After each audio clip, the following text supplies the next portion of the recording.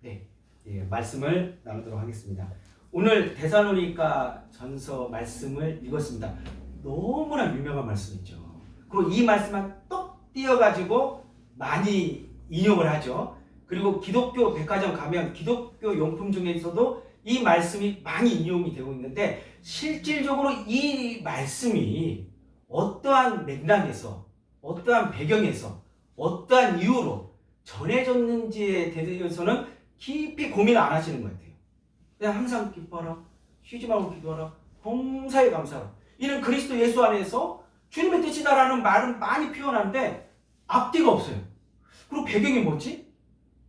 어떠한 상황에서 전해진 말씀일까? 그걸 한번 나눠보려고 합니다.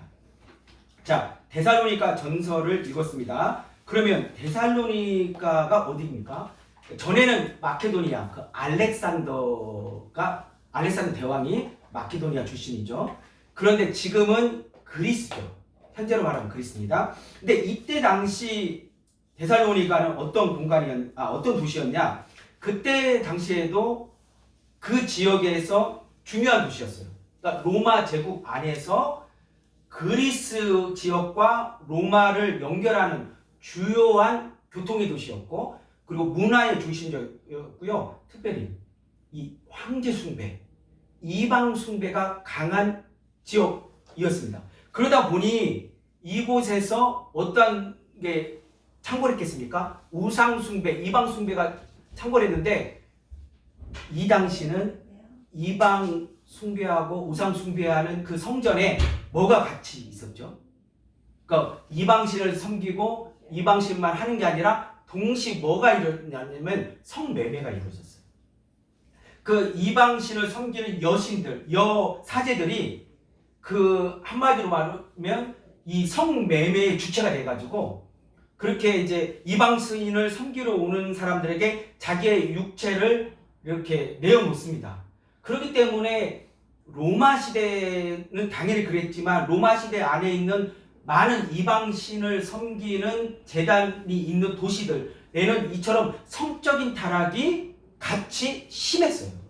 그리고 또 하나가 뭐냐면 이방신뿐만 아니라 황제 숭배가 굉장히 심했죠. 이제 그런 고단에 우리 사도 바울이 복음을 들고 간 것입니다. 그래서 복음을 전했는데, 이 데살로니가 있는 성도들이, 그러니까 데살로니가 있는 시민들이 예수 그리스도의 그 십자가의 복음을 깊이 받아들이는 거예요.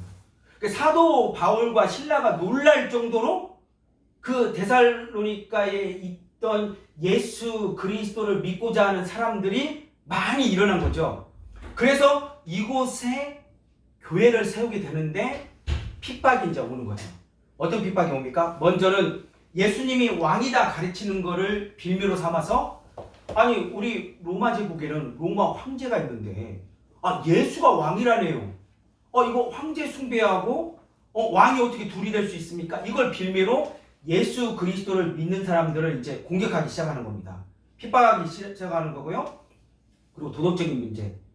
여기 이제 데살로니가 전서에도 언급이 됩니다만, 성적인 부분에 그 순결을 지켜야 되고, 이 결혼에 대한 부분에 대한 언급이 나오는데, 그 부분에 대해서 이방신을 믿거나 그 이방신전을 가면서 성적인 타락에 빠졌던 많은 사람들이 그 안에 이제 불만이 일어나는 거죠.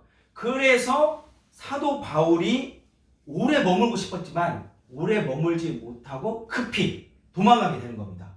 도망가게 돼서 이 데살로니가 전서의 2장에 보면 뭐라고 표현되냐면, 우리는 자녀를 키우고 돌보는 어머니의 심정으로 여러분을 따뜻하게 대해왔습니다 라고 할 정도로 부모와 자녀의 심정으로 데살로니가 교인들, 성도들을 섬기고 가르치고 양육했다는 거예요. 그런데 궁금하잖아요. 어떻게 되는지 궁금하잖아요. 핍박과 어려움이 있는데, 자, 이때 당시는 예수 그리스도를 믿는다는 게 무엇입니까? 우리 지금 현재의 교회와 비교해서는 안 되겠죠. 우리처럼 평온한 때, 아니면 축복받기 위해서 건강이나 물질이나 이러한 시대에 예수 그리스도를 믿는 게 아닙니다.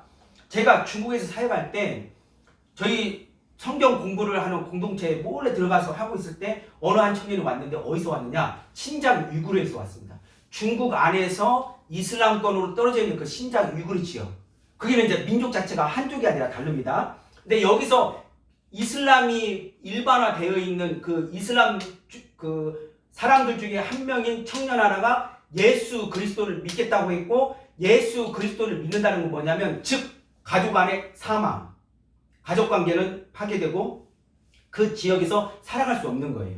예수를 믿는다는 것은. 그래서 그것을 도망쳐 나와서 저와 알고 있던 같이 사역하던 선교사님과 연결이 되어서 성경 말씀을 알고 싶어서, 성경을 배우고 싶어서, 성경의 가르침을 따라 예수 그리스도를 너무 사랑하고 싶어서 모든 것을 버리고, 형제, 자매, 자기 일신의 아니 모든 걸 버리고 와서 공부를 하던 유구르 청년이 있었거든요.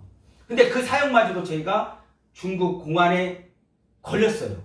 근데 그거를 이미 알게 된 한인교회에서 정보를 준 거예요.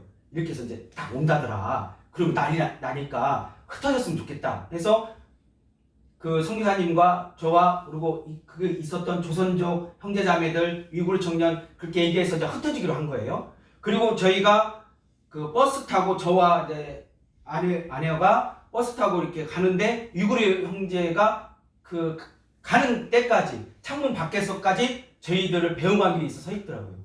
근데 제가 너무 안타까운 거예요. 이 형제의 앞날이 어떻게 될까? 이제는 이 형제에게는 아무도 없는데, 그러죠. 그 전에는 그래도 우리 예수 그리스도의 공동체가 있었잖아요. 우리 안에 형제자매들이 같이 거기서 먹고 자고 성경을 공부하는 공동체가 있었는데, 이마저도 없는 공간에서 이 형제가 혼자 어떻게 지낼까? 저희가 오면서 정말 주님 안에서 눈물이 나면서 이런 기도밖에 할 게 없더라고요. 이 형제를 우리 주님이 함께 해주십시오. 주님이 인도해 주십시오. 주님께서 아버지가 되어주시고 주님께서 인도자가 되어주십시오 라고 기도할 수밖에 없었거든요. 근데 이때 당시 데살로니가 교인들은 그러한 심정으로 예수 그리스도를 믿은 거예요. 자기가 어떠한 그 지역사회에서부터 불이익을 당하고 그 사회로부터 핍박과 환난과 고난을 당할지라도, 근데 그 고난 중앙에는 어느 것까지 표현되어 있습니까? 우리가 사도 바울이라는, 아니면 초기 기독교의 특히 네로 황제, 그 황제들의 박해 때 보면 어떤 것까지 감수하면서 이들이 예수 그리스도를 향한 신앙과 믿음을 지켰습니까? 바로 자기가 하나밖에 없는 이 세상 어느 것보다 귀하게 여기는 것, 무엇입니까? 생명입니다. 생명.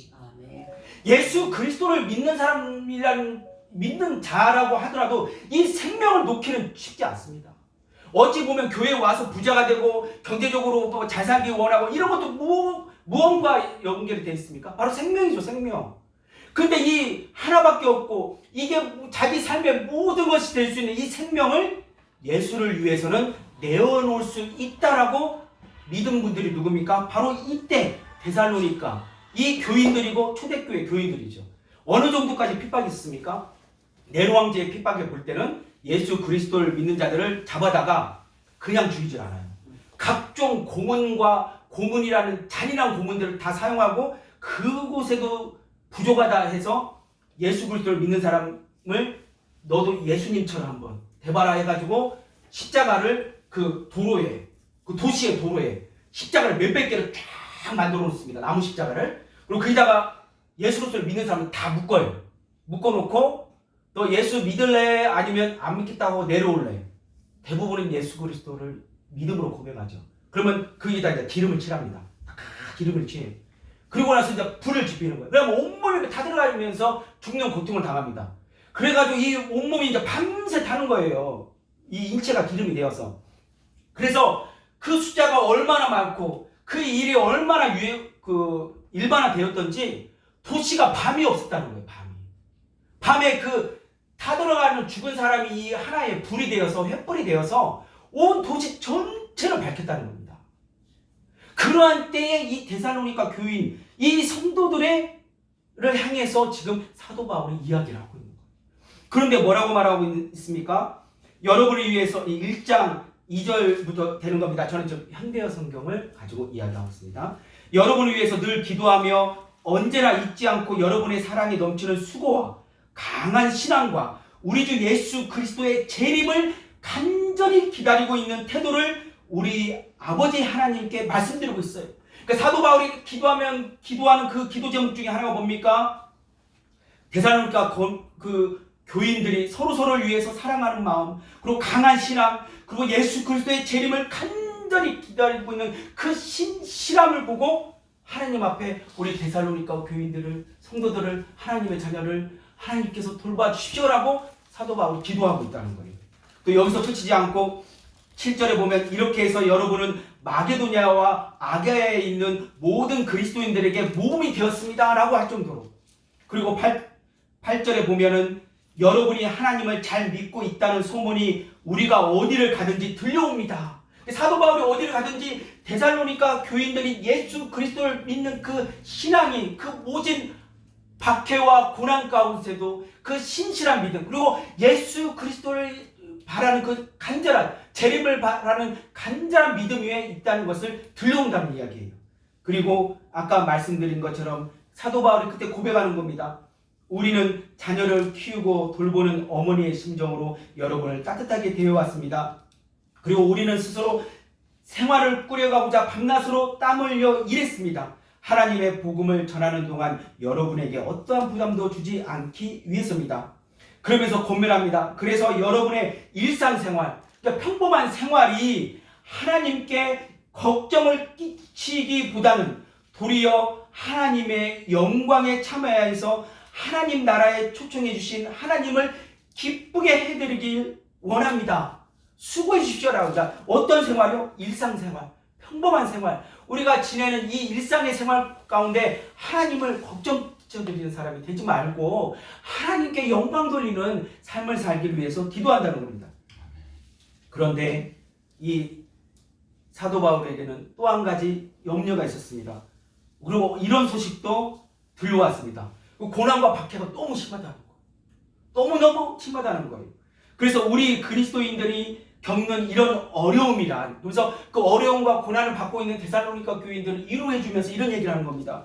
그리스도인들에게 겪는 이 어려움이란 하나님이 세우신 계획의 일부에 불과하다. 그리고 과정이다. 결말과 끝이 아니다. 그러니 고통스럽고 고난스럽고 죽음이 앞에 놓인 이 어려움 속에서도 이것을 끝이라고 생각하지 마. 그리고 이것을 전체라고 생각하지 마 라고 말씀을 드리고 있는 거예요.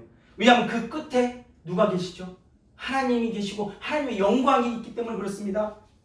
그리고 뭐라고 얘기하냐면 이러한 일들 때문에 혹시나 여러분이 사단의 유혹과 공격에 넘어가서 믿음을 빼앗기지는 않은지 그에 대한 걱정에 있다고 이야기합니다. 그러면서 사도 바울이 그러한 내용들을 알고 싶어서 하는데 들려오는 이야기는 모든 고난과 역경 속에서도 모든 과정을 잘 극복한다는, 신실하다는 이야기가 들려오고 있어요.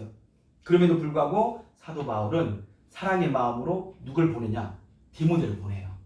디모데를 보내서 과연 어떻게 지내고 있는가 했는데 들려오는 소문이 예수 그리스도를 잘 믿고 있습니다 라고 하는데 여기서 이제 문제가 있습니다. 문제가 있어서 그 문제에 대한 또 답변을 데살로니가 전서 후반부와 데살로니가 후서에 이어가고 있는데 그건 바로 재림이에요. 재림. 그러니까 그럴 수밖에 없다라고 생각해요. 왜냐하면 죽음을 맞이할 수 있는, 내가 오늘 밤이라도 예수 그리스도를 위해서 나의 생명을 내어놓을 수 있다? 그럼 내 인생의 개인적인 종말인데, 그리고 이러한 지금의 상황이, 이 역사적인 상황이, 그리고 전체적인 상황이 이거 종말 아니야? 예수님이 말하신? 진짜 이거는 세상 말세 아니야? 이렇게 생각할 수 있는, 그리고 어찌 보면 이 재림신앙에 매달릴 수밖에 없는 이 사람들을 향해서 거짓 교사들, 그리고 잘못된 가르침을 퍼뜨리는 사람들이 있었다는 거예요. 그래서 예수 그리스도를 향한 이 재림의 교훈을 잘못 이해하고 또 잘못 적용하게 하는 경우가 있었다는 거죠. 그래서 이런 것을 바로 잡기 위해서 사도 바울이 데살로니가에게 편지를 보낸 겁니다. 그게 전서를 보내고 나서 그 상황이 개선이 안 되고 특히 재림에 관해서는 더 이게 안 좋은 쪽으로 확대가 되고 있는 거예요. 그래서 데살로니가 후서 두 번째 편지를 보내서 재림에 관해서, 종말에 관해서 다시 한번 강조를 하는 겁니다. 근데 그런 가운데 전해진 말씀이 바로 항상 기도하라. 쉬지 말고 기도하라. 범사에 감사하라. 그러니까 이게 평온한 시대에 아니면 일반적인 시대에 주어진 말씀이 아니라 정말 내가 주님을 위해서 내 목숨을 내어놓을 수 있다. 그리고 오늘 밤이라도 예수 그리스도가 오실 수 있으니 내가 내 믿음을 지키고 있어야지라고 말하는 성도들에게 하시는 말씀이에요. 항상 기뻐하라. 쉬지 말고 기도하라. 범사에 감사하라. 아, 근데 어떻게 그럴 수 있죠? 아니, 그럼 그 고난과 박해, 죽음을 내어놓을 수 있는 그런 순교의 시기에 밤에 어디 가서 문만 두들겨도 로마 군병이나 아니면 지역 군인들이어서 나를 체포해 갈 수도 있다고 하는 그러한 상황에 있는 그 공포와 두려움이 동시에 병행하는 그때에 어떻게 항상 기뻐할 수 있죠? 어떻게 평안하게 쉬지 말고 그렇게 기도를 할 수 있죠? 그리고 어떻게 모든 일에 감사를 할 수 있죠? 그런데 어떻게 그게 가능합니까? 우리의 힘으로는 가능하지 않습니다. 그런데 어떻게 가능하냐? 바로 히브리서 11장 1절이죠. 바로 믿음입니다. 믿음은 무엇입니까? 믿음은 우리가 바라는 것이 반드시 이루어진다는 확신을 갖는 게 아니겠습니까? 또한 이 눈앞에 보이지 않는 미래에 이를지라도 우리가 기대하는 것이 반드시 우리를 기다리고 있다는 것을 의심하지 않는 것 아니겠습니까? 바로 이 믿음이죠. 믿음이 있기 때문에 하나님이 나의 삶을 인도해 주실 거라는 것, 그리고 내가 이 땅에서 하나밖에 없는 목숨을 잃을지라도 하나님께서 하나님 나라 그 천국으로 이 지구를 다시 회복시켜 주셔서 새하늘과 새 땅으로, 참이 너무 안타까워요. 이단들이 좋은 이름 다 갖다 하나님 교회, 신천지 다 좋은 이름이잖아요. 그래서 사탄이 나름 타락한 천사고 천사장이었어요. 머리를 잘 씁니다. 그러니까 우리가 함부로 새하늘 새 땅, 신천지 말 못하잖아요. 얼마나 이게 좋은 말입니까? 새하늘과 새 땅. 이 망가지고 부패하고 인간들의 그 탐욕과 죄로 망가진 이 지구를 우리 주님께서 재림하셔서 완전히 회복시킨다는 거 아니에요. 에덴 동산을 만들어 주신다는 거 아니에요. 특별한 우주의 공간에 또 하나 덜렁 또 다른 지구를 만드시겠다는 게 아니라 이 에덴 동산에서 타락하고 망가지고 인간이 파괴해버린 이 지구를 주님께서 오셔가지고 완전한 새하늘과 새 땅. 저희는 목사님 사모님이신가 제가 편하게 말하네요. 신천지 좋은. 근데 신천지 큰일입니다. 저희 옆에도 큰 거 하나 있거든요.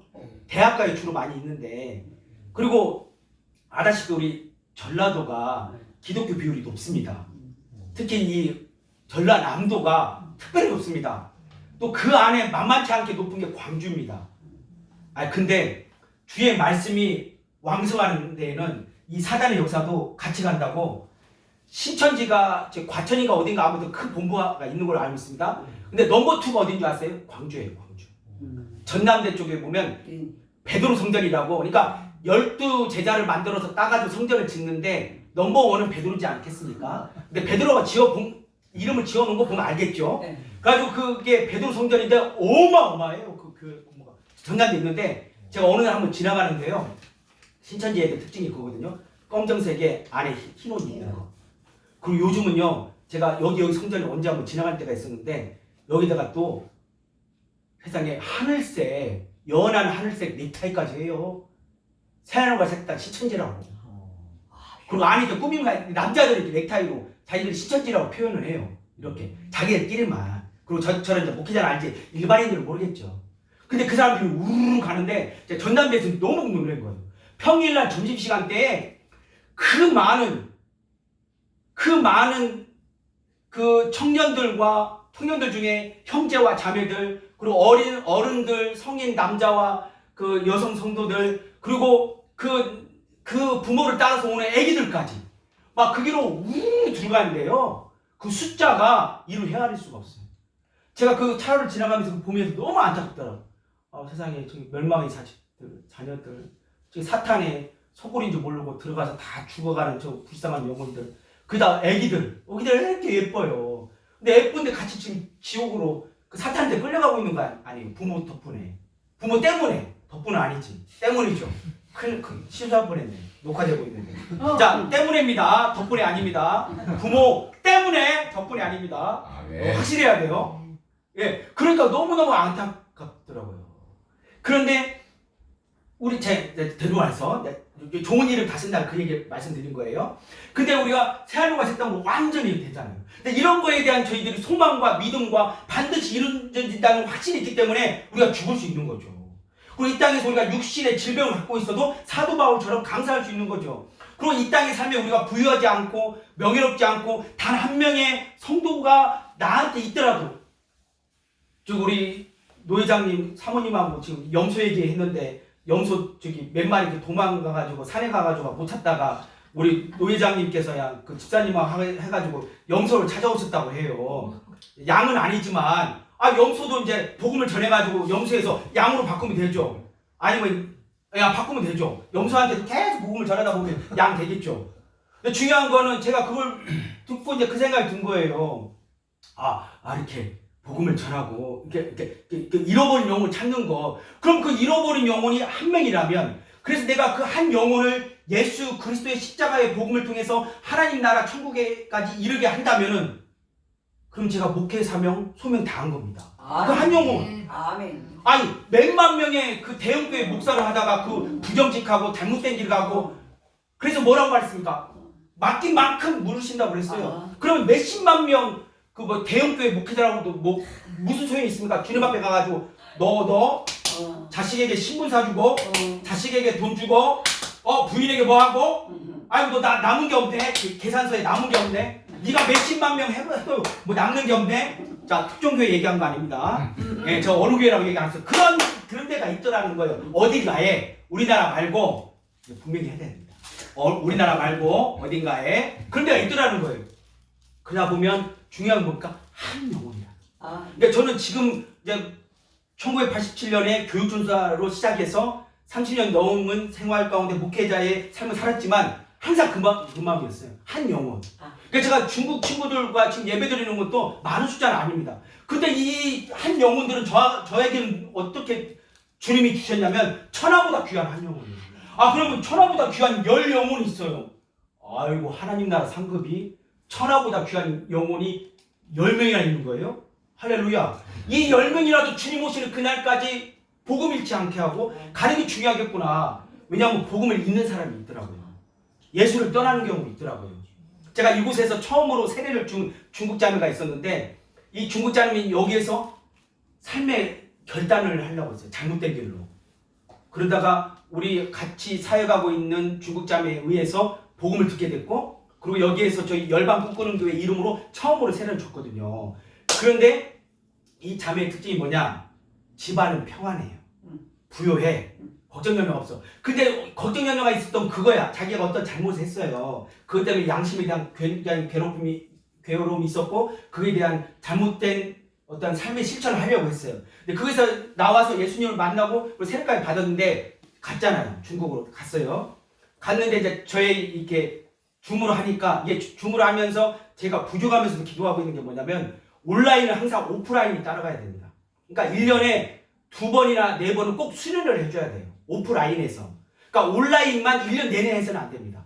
그러니까 오프라인에서 만나서 신방도 하고 서로 이렇게 수련회도 하고 얼굴도 보고 삶을 나누기도 해야 돼요. 온라인은 그게 한계예요. 근데 중국은 지금 비자가 코로나 때문에, 코로나 끝나고서는 우리 한중 관계가 안 좋아서 비자가 안 나오고 있어요. 그러니까 갈 수가 없습니다. 그래서 저희가 원래는 우리 열방 꿈꾸는 교회 우리 커뮤니티들이 대만에서 제1회 수련회를 하려고 했어요. 근데 중국 본토에 있는 형제자매들이 못 나와요. 나올 수가 없어. 비자가 안 나와가지고 대만을 갈 수 없어요. 그래서 그게 안 됐는데 이 과정이 같이 있어야 되거든요. 근데 그 자매가 이제 관리가 안 되는 거라. 근데 자기 집은 너무 부유하잖아요. 하이난이라고 우리로 말해서 뭐 제주도에 막 집도 있고 어디도 집도 있고, 그리고 이제 대학교 가서 교직원을 일도 하게 되고, 그러니까 주님을 떠나더라고요. 근데 저는 세례를 받았기 때문에 언젠가 돌아온다고 생각합니다. 주님이 기회 가실 때 저는 그런 사람들 많이 봤으니까요. 그런데 지금은 주님을 떠나더라고요. 자기 걱정 근심이 사라져버리니까 하나님께 감사하고, 하나님 너무 고마워요, 예수님 너무 기뻐요가 아니라 자기 육신이 너무 편하고 모든 주변이 걱정 근심 없으니까 주님을 떠나줘요. 자, 그런 것처럼. 그런데 저희가 다시 말씀으로 돌아가서 이처럼 항상 기뻐하고 쉬지 않고 기도하고 모든 일에 감사할 수 있는 건 바로 믿음이에요. 믿음. 그 믿음 가지고 어디까지 가야 됩니까? 주 예수님께서 부르시는 그날, 그리고 주 예수님이 이 땅에 오시는 아멘. 그날까지 우리 대한예술장로회 합동개혁 호남노회 제가 우리 그 성역공부 모임이나 아니면 이렇게 주일 성도 예배하는 그룹이나 주일학교나 아니면 뭐 한국교회에서 협동목사로 사역할 때나 아니면 뭐 한인교회 사역할 때 항상 하는 말이 있어요. 마무리할 때. 근데 이거는 뭐 제가 이제 오늘 설교의 마무리이긴 하지만 어떤 중요한 일을 이제 그 떠날 때라든지 항상 하는 말이 있습니다. 그러니까 한인교회 사역을 마치고 떠날 때, 필리핀에서 사역하고 마치고 떠날 때, 중국 본토에서 사역하고 떠날 때, 어느 누군가를 떠나 보낼 때 항상 하는 말이 있거든요. 근데 그게는 어른, 청년, 주일학생들 다 포함해서 무슨 얘기를 하냐면 누구누구야 아니면 누구누구 형제, 누구누구 자매 우리 꼭 다시 하나님 나라 천국 가서도 같이 보게.